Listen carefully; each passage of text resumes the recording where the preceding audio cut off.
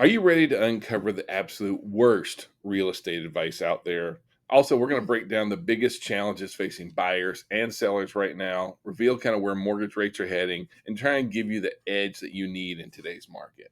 Welcome to Real Estate Backstory. My name is Ming Richardson, and this is my partner, Alan Richardson, and we've got everything you need to know to stay ahead in real estate. Let's dive in. All right. So, we want to start off with some good advice before we get into the bad advice. And so, we recently just got asked, hey, what are the best renovations and which things should we avoid? And so, we kind of want to start off with a negative. Let's talk about what are the worst renovations that you can recommend or that clients ask us about. Now, let's just kind of preface this and say, look, a lot of our clients to do these renovations makes perfect sense for them, For them. for their personal enjoyment. But what we're talking about is these aren't smart investments. These are And you would these not, are, yeah. yeah, these will actually hurt your resale 9 out of 10. So, Well, the maybe not hurt, but you're not going to capture what you want. And so, like the first one that we hear quite a bit actually is, "Hey, I want to turn my garage into living space." No, no, no, no, no. Now, if you absolutely have to have the living space and you're going to do it for that reason, then okay. But understand that, like, mama wants a garage. She wants to or park in the daddy wants garage. a toolbox in Yeah, there. yeah. I mean, So, like or the garage. mowers. I mean, a garage, a two-car garage, a one-car garage. Those are big, big deals to a lot of buyers. And so, yes, you may add square footage, but it's just not. But Maybe a negative. normally, it's going to cost you more in the long run. The other one that we're hearing a lot about here recently is, should I add an ADU, an accessory dwelling unit? Should I put a tiny home on the back of my house? Look, if it's to put mom or dad in, or to put Family your member. kids, family members, and you're doing it for that reason, that makes a lot of sense. If you're just doing it so, you know what, I'm going to do this so I can rent it out, we find that that's not a great return. Not only that, trying to find comps for comparable sales and listings for how you're going to evaluate that out, you're going to have to use an appraiser for it. So we just find that while if you're going to add an ADU for your family, all for it, makes a That's lot of great. sense. So, but ADU typically is a very personal need. And basically, you're cutting out the market for buyer that just want a single family home and not an ADU. Well, and the other thing with the ADUs is how our local zoning laws are. Hmm. Right, everything here is single family, and now you're really making it multifamily. And where does that really fall in? And some counties and municipalities have a problem with ADUs, and others don't. So you just want to make sure you got your duckies in a row. Third thing that we really want to kind of warn you about, and that is built-in shelving, especially and I don't mean built-in shelving anywhere in your house. I mean like in the living rooms, in the living areas, in the closets, and for a master closet, for a Absolutely. pantry, no problem. But to like put in these big bookshelves and built-in shelving inside a living room, building cases to put TVs in. Buyers want to be able to be flexible when they're looking at these kind of things. It's not a selling point. And if you think about it, the back in the old day, we actually built shelving for a much bigger TV. So now we have this cabinet with a depth that our flat screen Yeah, TV doesn't fit anymore. So, just be careful if you're doing yeah, that. Understand that is you're doing it for your own personal yeah. satisfaction. Most of folks have custom cabinets if they want shelvings, or they're They'll put it in themselves, the right? Yeah, popular thing is a floating shelf yeah. anymore. Like So if you want it for you, do it for you. Don't do it because if I do this, I'm going to be able to sell the home for because more. shelving is expensive to build. Yeah. So Well, it also becomes very, very personal. So the other thing that we want to kind of warn you about is like niche additions, right? Gyms, wine rooms, prayer closets. etc. There's nothing wrong with them, and I don't. I mean, but they don't add value. If you're going to go, I mean, we had a friend of ours that put in this whole little wine bar, and that was great because they really love wine, and that Hmm. was their thing. They're never going to recapture the value of what they put into that little, Those custom yeah. rooms are really expensive to build because they're for It your can own be, yeah. personal, well, wine room. Yeah. If you think Oh, yeah, about absolutely. humidity control and all the shelving Yeah. and all the accessory go with Yeah, we're not that, even talking a cellar. Right. Yeah. it's a lot. So, but if you want it for your own personal enjoyment, absolutely go for it. but just understand you may not get back out whatever you put in that particular room. Yeah, the biggie here is our next one, which is swimming pools. Swimming pool is for our buyers. It's either a absolutely yes or positively No. not. So it's one of those things. I'm not saying a pool is bad by any means, but if you put a pool in, you're putting it in for you and for your family. Don't put a pool in to make a return on investment. So You're not gonna get that, the right? average pool right now, on average, a basic pool is around about $70,000, $80,000, and then you got to look For at the gunite, yeah, maintenance for a gunite yeah, pool.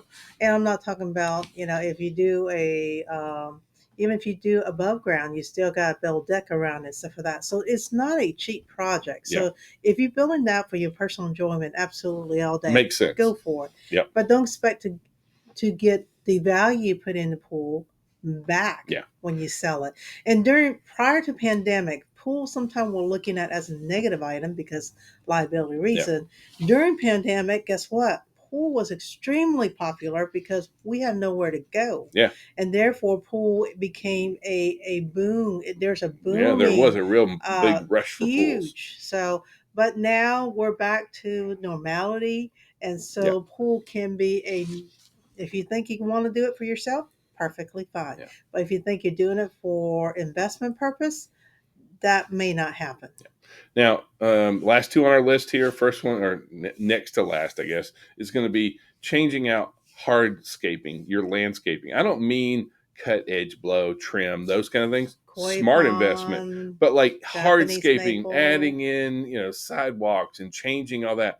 You'd be amazed how much you can dump into your backyard. and That dirt. and not that there's anything wrong with that. If you do it for your enjoyment, great. But you're never going to catch your return out of that because no, that's not. Everyone else has a backyard too. It's just not going to carry forward and be able to provide as much value for the investment. Last thing are high end appliances. Now we love high end Yes, we appliances. do. We absolutely do. But our high end appliances are for us, right? Correct. Yeah, and we would never on any of our investment properties, we would never be like, hey, let's put a wolf range here ever. Okay, so yeah, $18,000. yeah, they get kind of pricey on that kind of thing.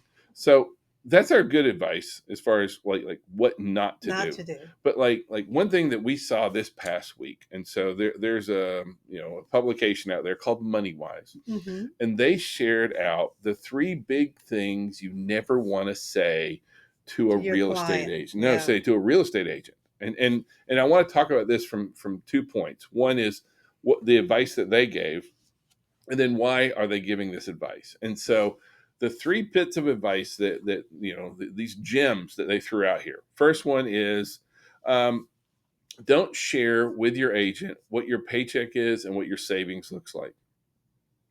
Hold on. The second bit of advice is that don't tell your agent that you're also looking for homes on your own. And the third bit of wonderful advice here is that don't tell your agent that you're in love with a home that you've just seen.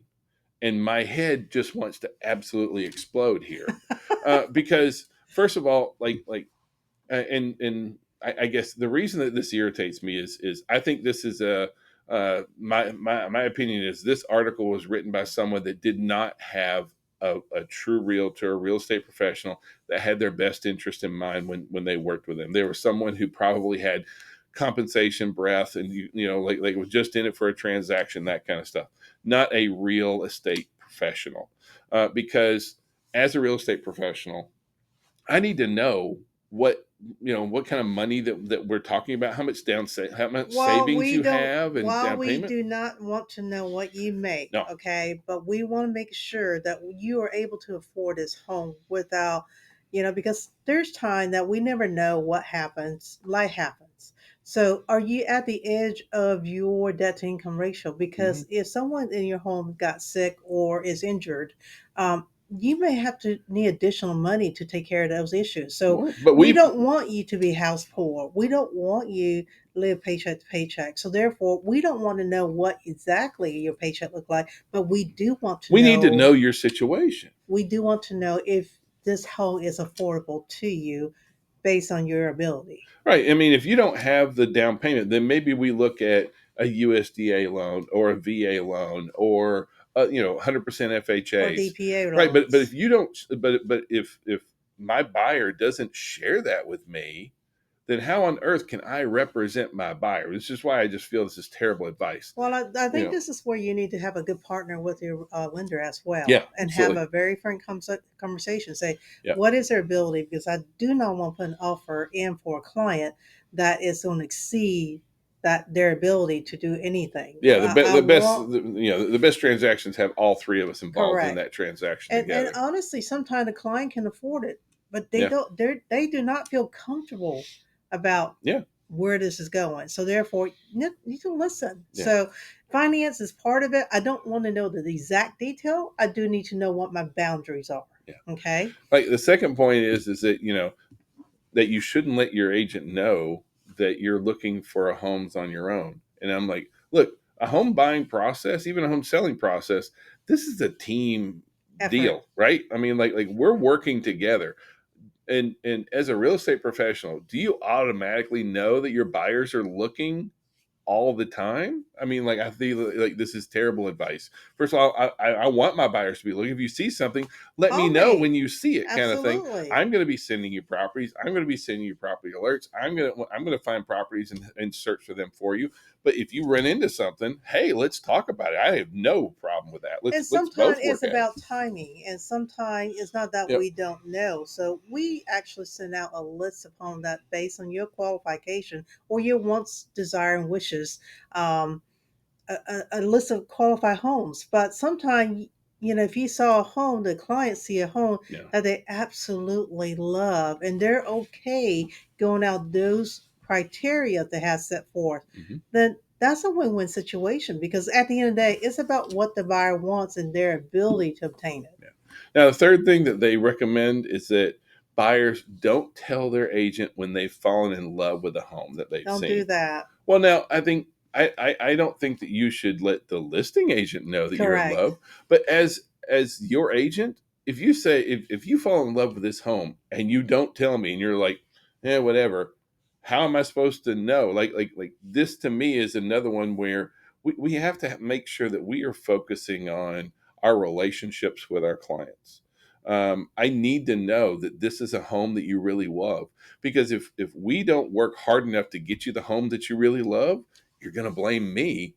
Well, you just didn't get me in the home that I really hate that we missed out on this house back so and Correct. so. And it can be a minor adjustments on the contract. And So yeah. until we know what is it that you really want, and you really love this home, it makes a difference. So to wrap up, even though I believe that this is some of the worst advice I've ever Absolutely. freaking seen, I do believe that we have to be conscientious about the fact that there are buyers that don't have the greatest relationships with their agents, and as an agent, we have to make sure that we are working on relationships, providing value up front.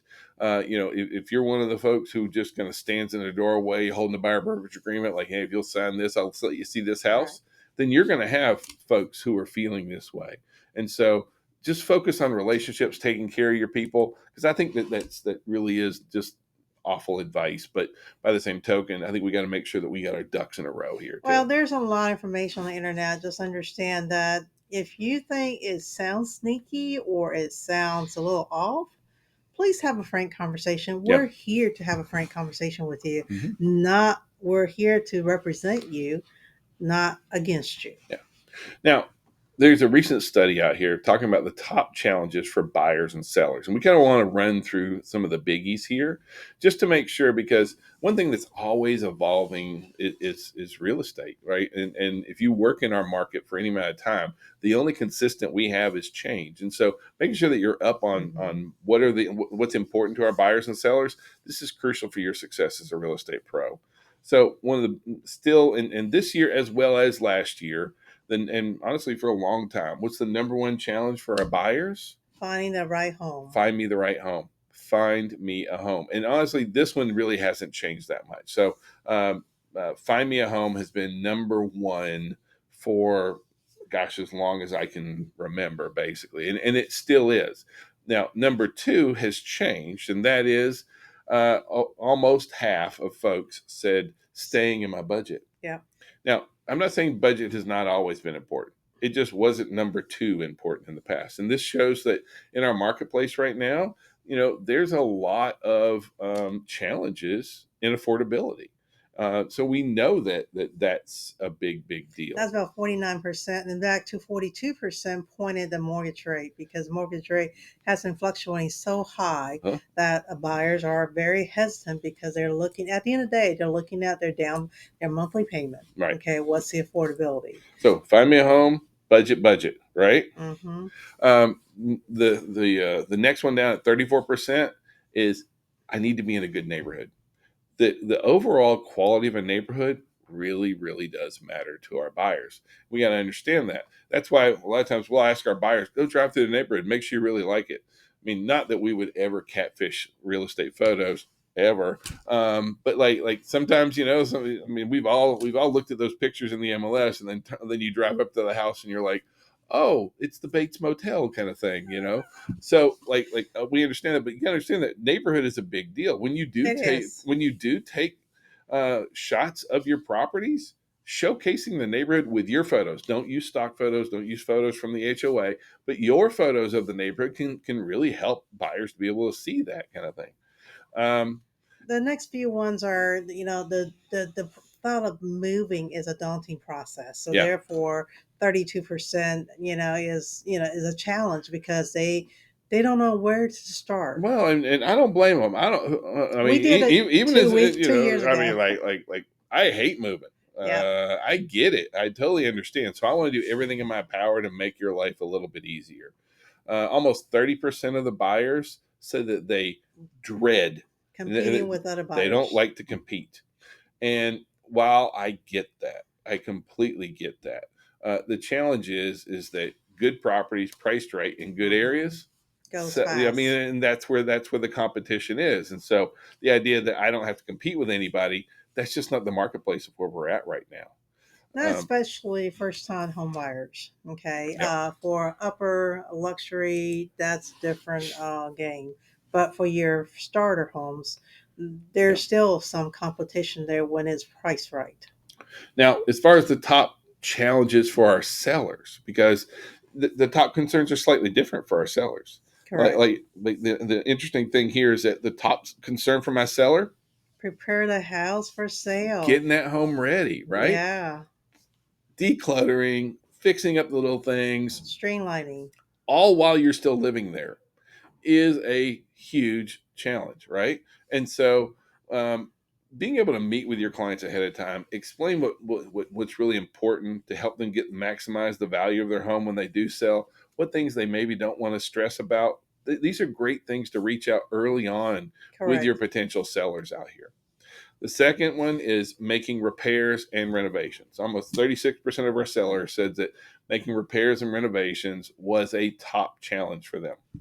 And pricing the home is next because everybody wants to obviously sell at the maximum value. But when you have a property that's not even ready with deferred maintenances, it becomes a challenge for some people. When it comes to pricing the home correctly, our biggest advice here is don't rely on just because I said so. Correct.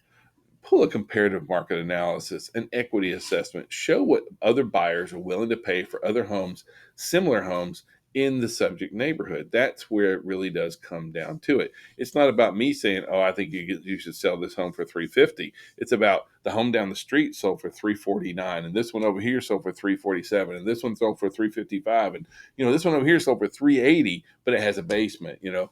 Being able to explain those kind of things and let them see what's really going on in the market. As a seller, I don't think my sellers are ever greedy, but as a seller, do you want as much value out of your home? Absolutely. 100%, right? So the next few ones are to find the right buyer and coordinate the home sale and purchase, negotiating offer, Well, things that but we the, do. the the coordinating the home sale and purchase, that's one that falls really heavily on us. Being able to, because no one who sells is not a buyer, right? I Correct. mean, very few. We have some folks that do have some minor ones, but generally speaking, the vast majority of our folks are going to sell and buy at the same time. And so the old adage of "I only list properties," Hmm. not a smart place for you to be as a real estate professional out there. Now, in the same study where they talked about what's important, the challenges for our buyers and sellers, they also talked about the relationship with buyers and sellers as well as real estate professionals. And so, for our sellers, 80% of our sellers plan to use a real estate agent to sell their home. And that's still really, really high. 9% plan to sell for sale by owner.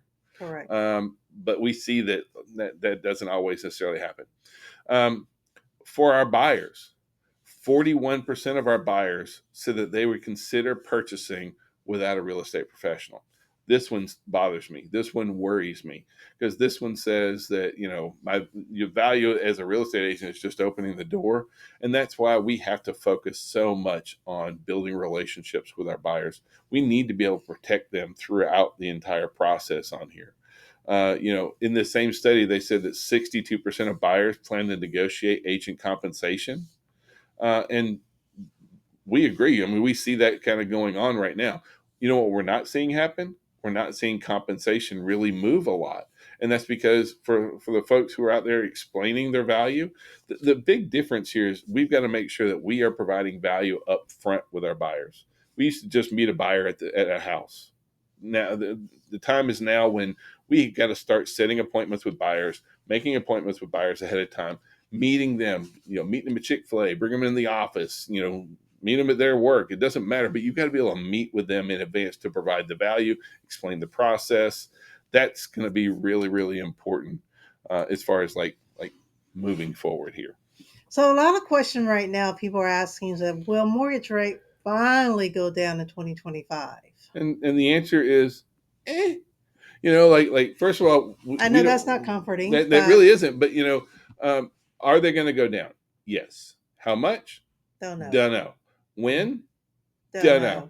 know. I mean, like basically every big brain group out there, Realtor, Zillow, Freddie, NAR. I mean, everybody out there in the world has been like, you know what? Rates are gonna moderate. But, and every single one of them has this big but, comma, it's going to be bumpy. And that's where we're at right now. This is a bumpy road. It looks like this, and it's going to continue probably to look like this. We have a lot of unknowns in the marketplace. What's going on? Where it falls in with inflation, with the Correct. federal funds rate, with a new administration coming in. There's just so Policy many things changes. going on right now. And so even though right now we're close to 6.8 right now, you know, uh, uh, we're going to see this thing keep bouncing around. And so we're not saying that to try and like scare you or anything like that. Yeah, but we do want to make You sure got to be that, real about what's happening in the yeah, market. and just make sure that you are consulting your client and let them know, you can pay 100% of interest or you can pay this interest and start building She equity. means a rental. Yeah. A rental's Yes. 100% interest. So yeah. Yeah. So now, while we're talking about mortgage rates, one thing that happened, just a little bit ago is the Fed came out and they reduced the funds rate. And so everyone's been talking to Jerome Powell, the head of the Fed, and of course housing is a topic that comes up a lot. Absolutely.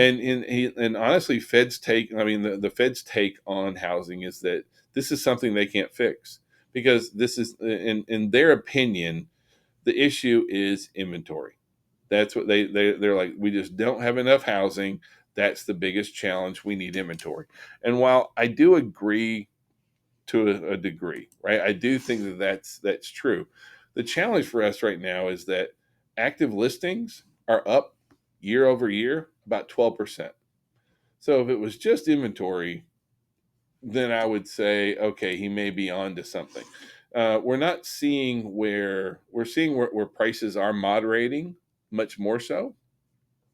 But the idea that it's just inventory, I hate to break it to Mr. Powell, it really is interest rates, right? like that's the biggie right now. Yeah. They're like we can't fix inventory, and I don't disagree that they can't fix inventory, but I do think that they could definitely help us out on the old mortgage rates front a Well, if little you bit. think about it, it's affordability. So at the Yeah. end of the day, at a lower interest rate, you're paying less per month. At a higher interest rate, you're paying a lot more. So therefore, people look at that versus rent. If I can rent cheaper, why would I buy a house? So I get that. At the same time, once again, wealth in the United States is built on home ownership. So Absolutely. therefore, you can rent and do a temporary relief, but in the long run, you're not going to gain that equity. We want to wrap up today talking about a couple, the Bartolo family. And the reason I want to talk about the Bartolo family is we as real estate professionals, for us, a real estate transaction is important, Correct. right? It is our livelihood, but we also have to understand how what a big deal it is, not only to us, but what a life changing event that is to our clients. And so the reason that I want to talk about the Bartolos is that they were a victim of Scam. a scam, um, where they finally found their dream home. They had saved up all this money, plus they had the money from their previous home. They had over $255,000, and so Cash and in as a down cash. payment. And so the night before, an email came from their agent that said, "Oh, make sure that you send the money to this address, Or wire or this fund wire the to this funds." And account number.